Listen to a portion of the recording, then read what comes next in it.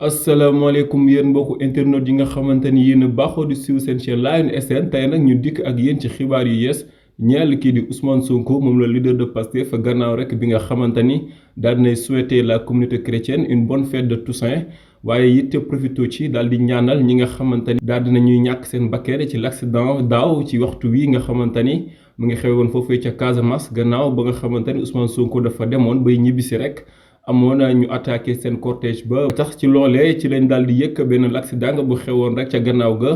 accident ba nag mu amoon ñetti nit ñu ci faatu ñoo xamante ni ñu jege Ousmane Sonko la woon ñu gën cee ràññale kii di Ama Ndaw nekkoon ci garde rapproché mi Ibrahima Fall nekk photographe am ak Moussa Camara it bokkoon ci sécurité ba ñoom ñëpp ñu daal di ñàkk seen bakken ci l'accident boobee Ousmane Sonko nag doon ci profito bésu Toussaint bi tombé le 1er novembre nga xam ci lañ wàccoon liggéey daal leen di ñaanal rek te sàkku suñu borom jéggal leen te xare leen ca aljana yi gën a kawe. waaye mu mel ni du Ousmane Sonko rek moom moo fàttaliku ñi nga xamante ni ñoo wàccoon ca l'accident boobee ndax gis nañ ñi di patriotes yi en masse ñoom ñëpp ñu daal di posté waaye it fàttaliku tey ñaanal ñoo ñee nga xamante ne ñoo wàccoon ci l'accident boobu ngir rek suñu borom jéggal leen te xaaree leen ca aljana gën a kawe. ñoom yemuñu ca waaye jàpp nañ ni ñoo ñee nga xamante ne ñoo faatu ci mbir moomu jàpp nañ leen ay martyr ndax ñoom nee nañ li tax ñu def ko mooy bëgg seen réew kese moo leen jaraloon li ni mel ba tax sax ñu jël ay risque ba tax ñu ñàkk ci seen bakkan loolu nag patriotes yi en masse daal dinañ koy magnifier daal leen di ñaanal waaye it fàttaliku leen ci loolee nga xamante ne def nañ ko xam leen nañ ni loolee duñ ko fàtte ba mukk waaye dinañ def en sorte ba nga xamante ni projet bi dana yegg fa mu war a yegg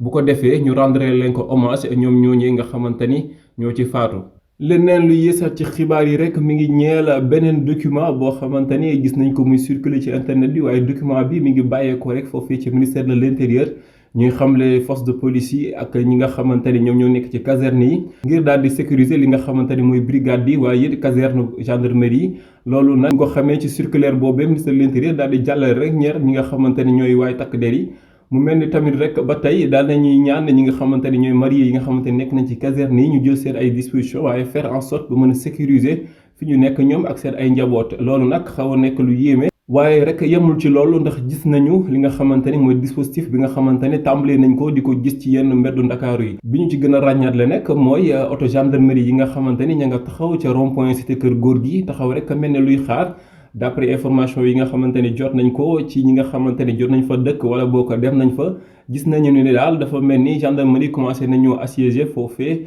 cité kër góor gi waaye rek yamu ca ñu gis tamit fi nga xamante ni mooy UCAD ak yeneen artère ci Ndakaaru ñu gis fa escadron police yoo xamante ni ñu ngi fay daw di fa jaabante ñenn ñi daal di fay gaaree di xaar loolu nag daal di yéem ñu bëree bëri ndax jàpp nañ ne bu fekkee ne simple audition rek la est-ce que jar na ñuy dévoiler wala ñuy mobiliser autant d'hommes et de matériel pour rek sécuriser li nga xamante ni moo di ab audition.